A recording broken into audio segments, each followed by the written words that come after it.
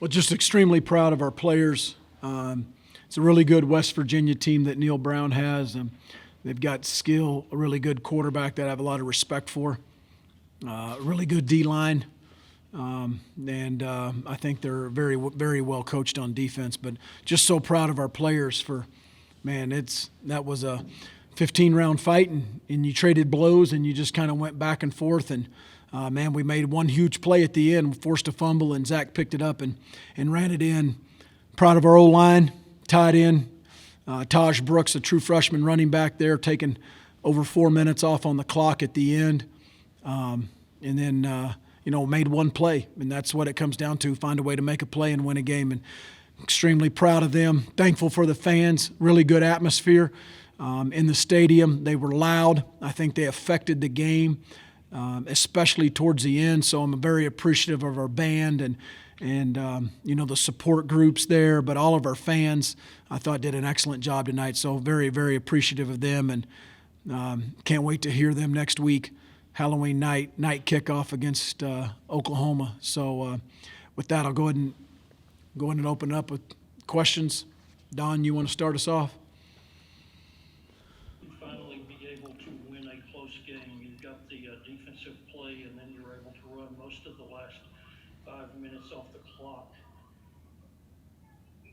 Doing the things that you've struggled to do for a period of time now.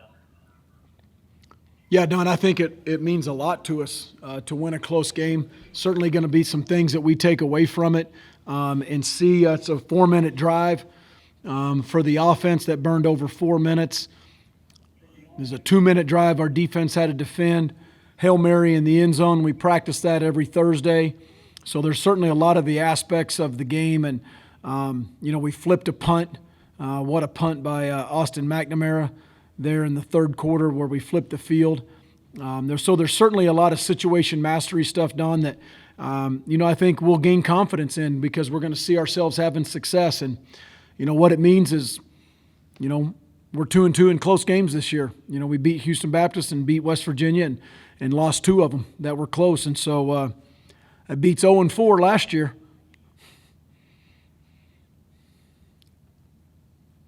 Go to Jarrett Johnson. Hey, Coach, you kind of touched on it in the opening statement, but offensive line, in my opinion, played really well tonight. What did you see out there, and what did you think of the performance? I thought it was pretty solid, Jarrett. Even not watching tape yet, I thought we ran the ball when we needed to there at the end. We protected Henry fairly good. There were a couple times we did have some breakdowns.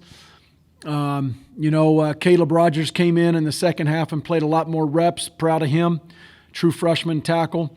But, I think those guys up there kind of led by Jack, Weston, Dawson. I thought they played well. Berger over there at right tackle. Those 4 played almost the whole game. I know Will Farah got in a little bit, but, yeah, really proud of those guys. I think that they played pretty well.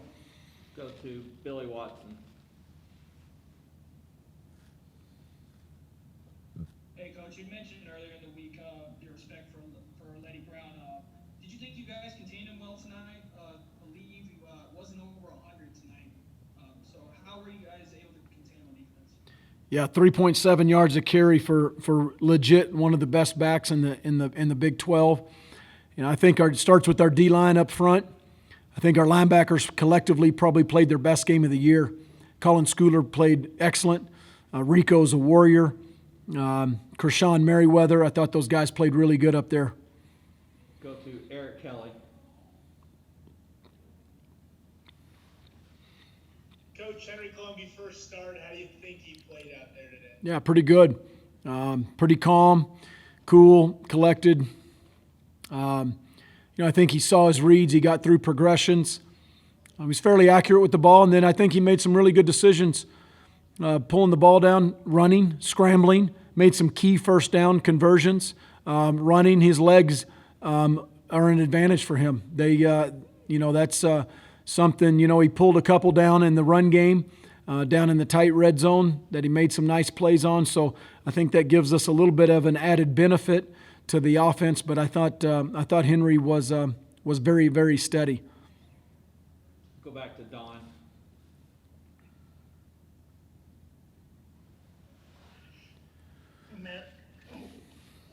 considering you did not have, in the fourth quarter, you did not have T.J. Vasher, Dalton Rigdon, Keyshawn Carter, SirRoderick Thompson, Xavier White. What did you think of what your offense was able to get done with that many of your top personnel out? Yeah, unfortunately they were, Don. Good observation. Those are experienced, really quality players that we were missing. Some for the whole game, the entire list that you just mentioned for the fourth quarter. But I think that what that does is it goes to show you the depth, Jarrett, of recruiting and why you got to recruit, and you got to recruit at a high level. You got to have competitive depth. You saw Taj Brooks come in and take every snap there in the fourth quarter. True freshman tight end Holcomb playing a decent amount, and then all those receivers were true freshmen, except Easy. So you got to continue to recruit, develop our guys once they get here, and you're going to have games like that, Don, where some other guys that you didn't start the game with, or maybe didn't start the season with, and need to make plays and step up. And I'm proud of those guys because that's what we always preach. You don't know when your time's coming, and make your plays, know your role, do your job, make your plays when they're presented to you. And those guys played well. I can add Caleb Rogers in there in that fourth quarter, especially that he was in there with that O-line that during that 4-minute run there. Go to Jarrett Johnson. Hey, Coach, it appears that the defense has gotten better, incrementally, game from game, started from Houston Baptist to tonight, making plays to win the games. What's allowed the defense to be able to do that? Well, Jarrett, I think we really improved from the Iowa State game. I liked what we did during bye week. I liked our players' mindset coming off a really disappointing loss that every one of us owned in this program from the Iowa State game. And, we went through the self-scout. We got better fundamentally. We got our guys fresh. They were fast. We believe in our bye week schedule. We really, really do. I think that's a 9-2 record now. Coming off a bye week. So we believe in that. Our players believe in that. Credit to Keith Patterson and our defensive staff. We simplified some things. Our guys got lined up. Thought we ran to the ball, tackled pretty well. Had a few missed tackles early in the game with a couple running backs, but I thought we tackled well. And, man, my hat's off again to the linebacker crew. I thought they probably played collectively their best game of the year. Go to Carlos Silva. And I got a couple of questions for you. First on offense, Don alluded to the wide receivers you had out. How much did that limit you in terms of being able to throw the ball a little bit farther than probably you would have liked today? I know there weren't too many deep balls today. Yeah, Carlos, maybe it may have had a little bit of something to do with it. I won't deny that. Also, the way they were playing their corners and their safeties, a lot of that's designed. They try to squash a lot of your outside receivers early and play with safety help behind. So I think it's a little bit scheme-driven. So in terms of them, but when you do have guys down and all those guys that Don mentioned, it does hurt your depth. But I'm proud of those guys. The ones that I mentioned: Easy, Polk, Loic Fungi, Trey Cleveland, the 4 guys that played outside. And then you saw Caden Leggett step up in there and give Miles a break at slot receiver. And so those 6, they really carried the load for us tonight. Go to Brady King.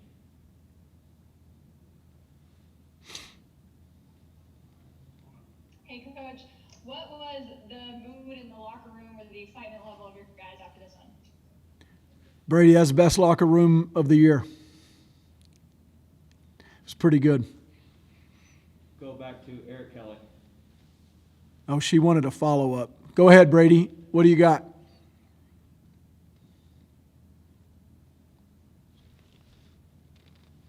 Go ahead, Brady. Sorry. I got you. What specific things are you going to take from this game heading into next week's big win against Oklahoma?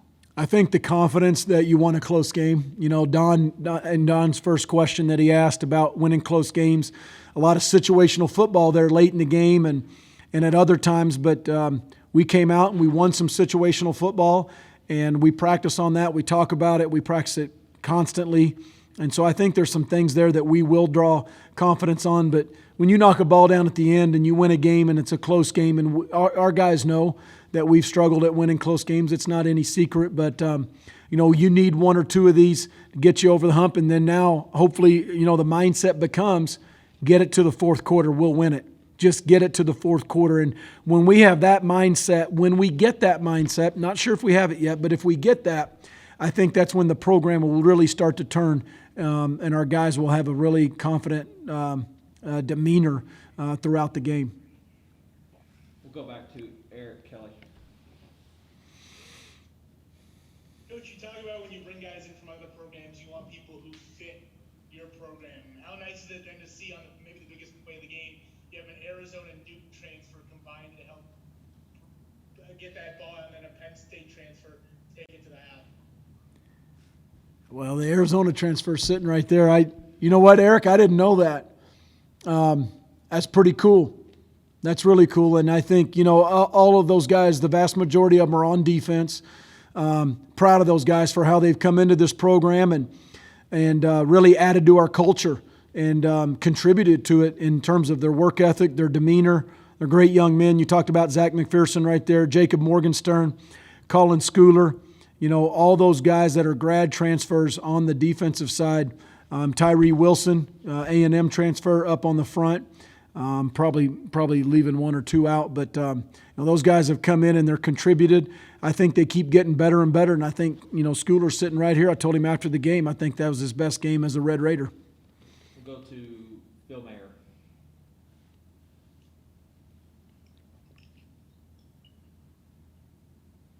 Hey, Coach, can you hear me?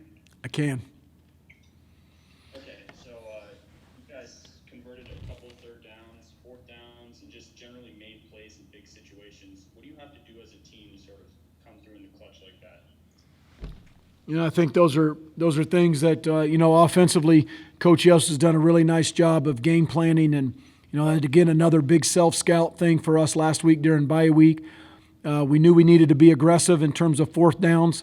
Early there, we got in that high red zone area, kind of going south to the south end zone complex against a really, really good wind. So we didn't feel good about the field goal, and so we were in some longer fourth down situations, and I know converted some. But we just got to keep the pedal down and keep being aggressive on offense. All right, we're going to wrap up with Jarrett and then Don. Hey, Coach, we talked about the grad transfer stepping up.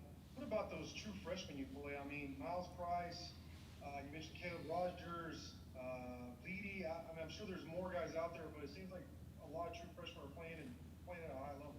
Playing at a really high level. I'm really proud of them.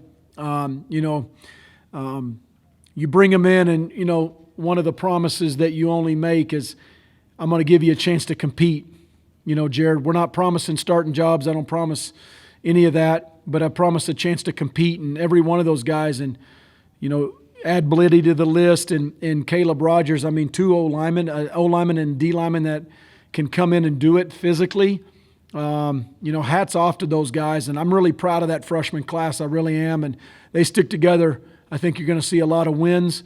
I think we're going to look back in 3 or 4 years and say that was, our first full recruiting class really helped start to turn this program. I really think we'll look back and see that. And again, just like our conversation last week, let's wait a couple years and we evaluate that recruiting class, right, and see what they do on the field. But really proud of their efforts tonight on the field. Their numbers are good. And, you look up at one point, I know Taj, you had Holcomb, you had Caleb Rogers playing left tackle, Miles Price playing the slot, and I had Polk out there, and I'm not sure if Loic, you're talking about 6 guys out of the 11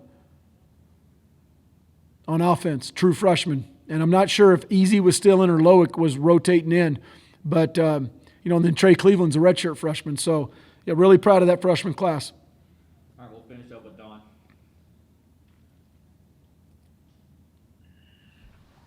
Matt, regarding SaRodorick Thompson and Xavier White. Yeah, I don't know about them yet, Don. Enough to come out of the game, but again, Don won't know till tomorrow or Monday morning at the latest, but I think I would know tomorrow. What was your running back situation have been had anything happened to Taj at that point? After those two guys were out. It'd been Chooks.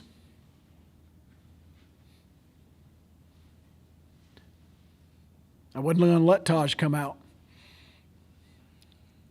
He had to finish the game. Why are you laughing at me, Brady? Yeah. Yeah, we were kind of thin there.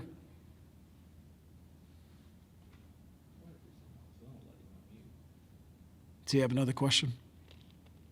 Don, you should be unmuted.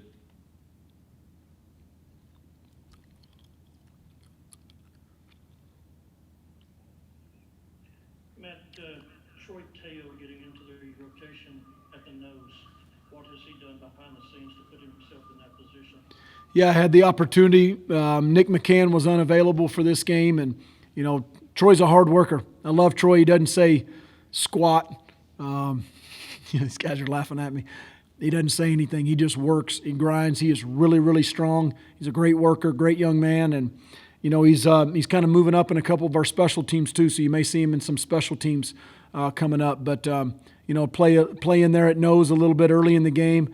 Give Jalen Hutchins a little bit of a break, and then we moved Bradford in there for quite a bit of the second half too.